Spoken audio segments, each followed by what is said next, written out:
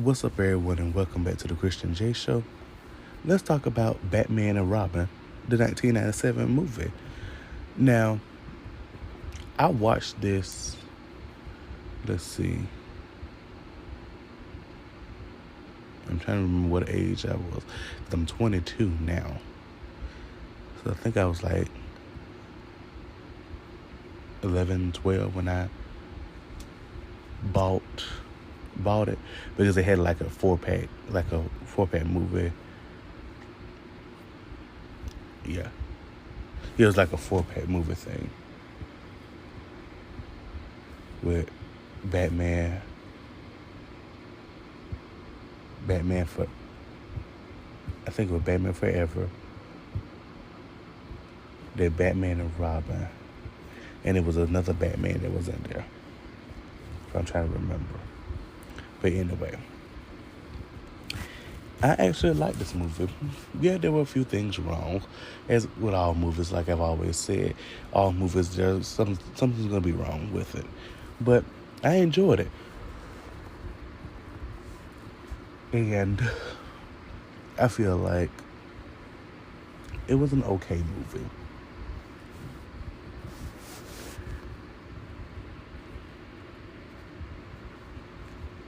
To me, it embraced the Silver Age camp movie, and to me and to other folks, it did.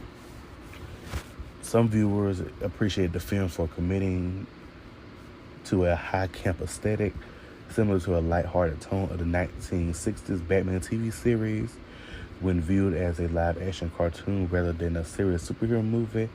The over-the-top acting, colorful sets, and cheesy dialogue are not seen as flaws, but as indeed entertainment.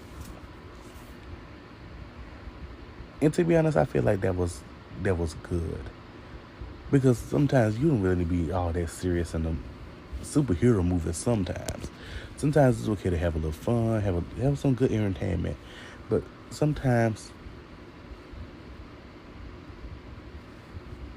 you have sometimes stick to what you know, but at other times have a little fun.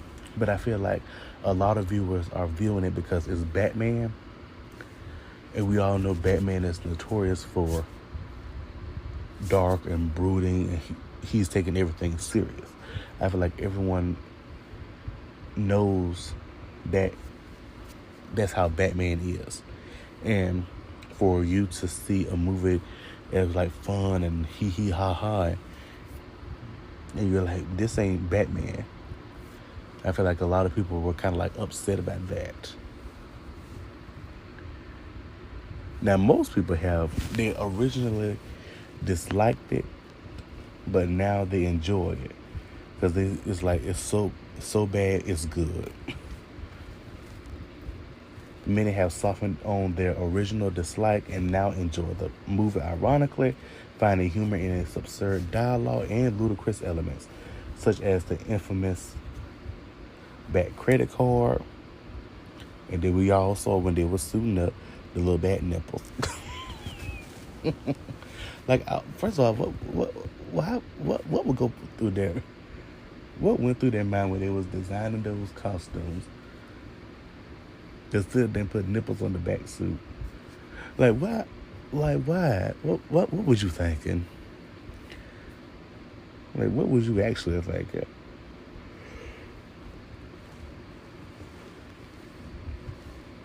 And then the fact the Bat credit card, never leave home without it. Like, seriously, really, the Bat credit card. So, basically, Bruce Wayne got his own credit card, Batman got his, or what? Bruce done set it up some type of way. Batman get a credit card. Huh. Then Uma Thurman's underrated performance. I actually like Uma Thurman as Poison Ivy. When she took out that gorilla little costume, all that,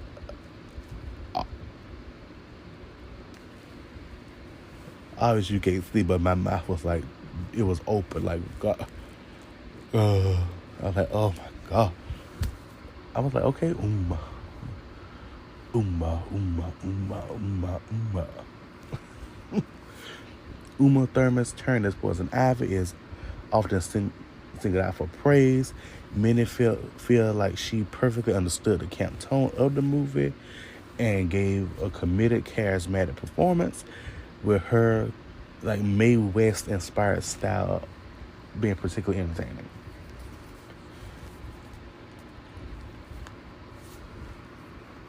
And I feel like this movie was kind of like a movie that was kind of like their goal was like sell toys and merchandise to the kids. If you watch the movie and you kind of see like the tone that they're setting, yeah.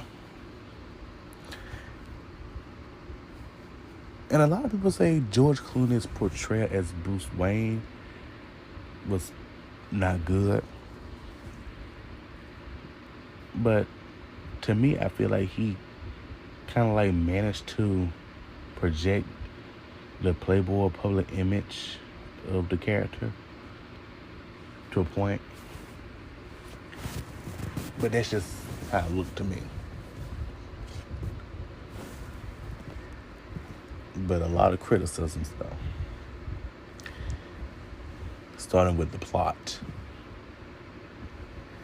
Some argue that the movie is not non-essential plot and poorly developed characters are irrelevant because the film was always intended to be a spectacle.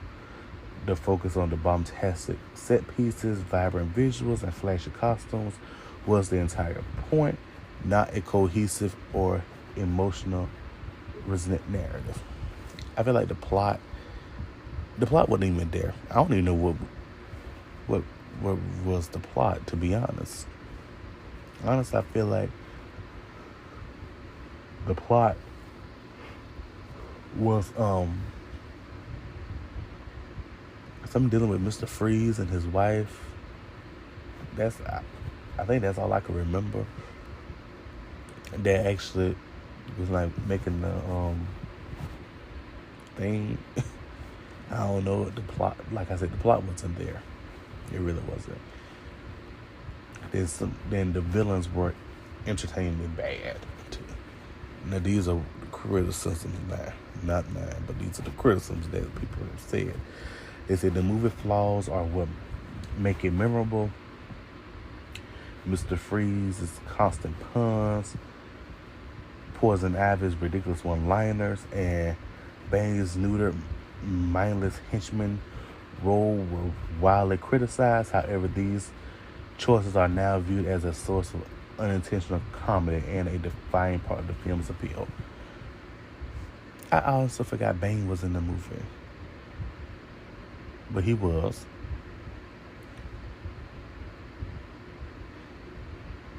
And what for, I don't know. I still know why Bane was in the movie. Now, I could see why Poison Ivy was in there.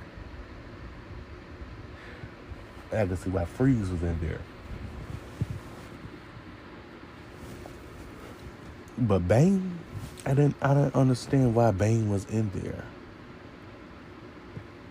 Like why he was in the movie.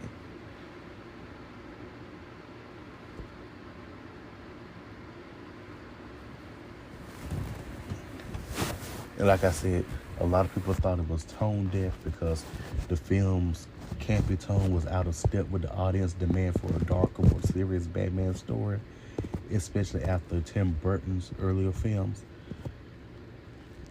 Yeah.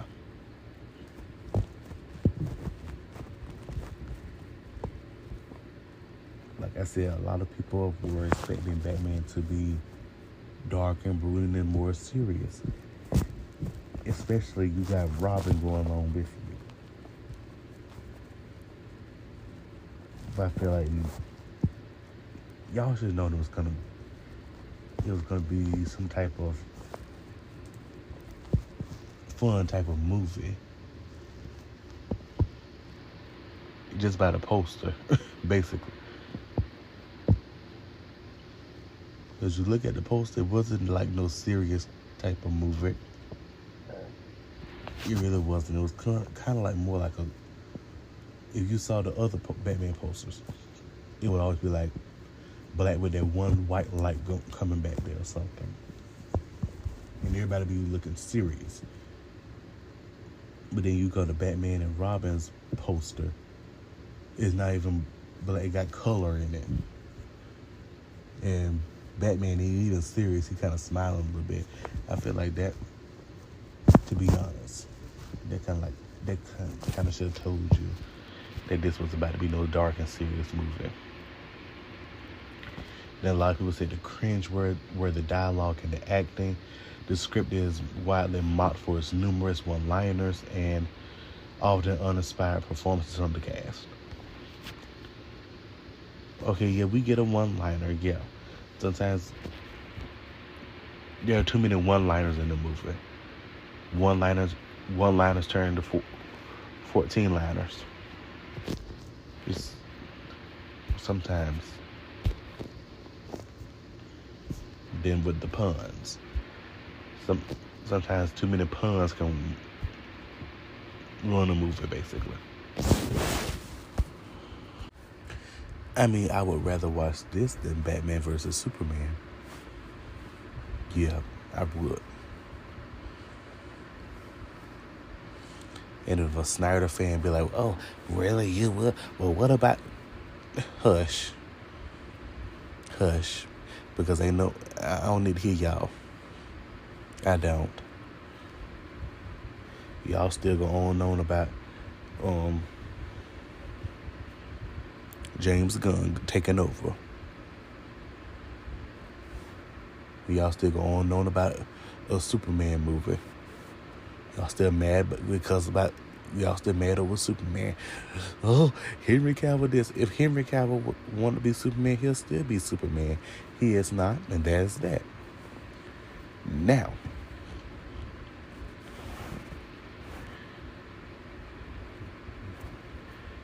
getting back to the review at hand.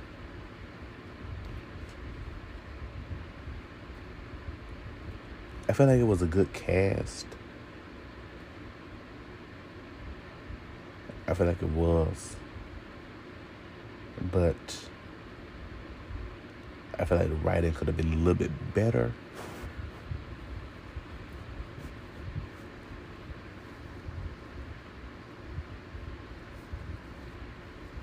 I do like how I like the story of Freeze was going to freeze all of Gotham. That was kind of cool. I liked that a little bit.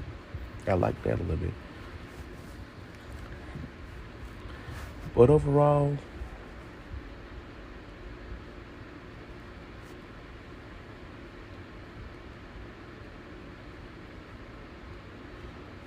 it was okay. It was. Now that is all the time I have for y'all today. So tune in next time for another episode of The Christian J Show.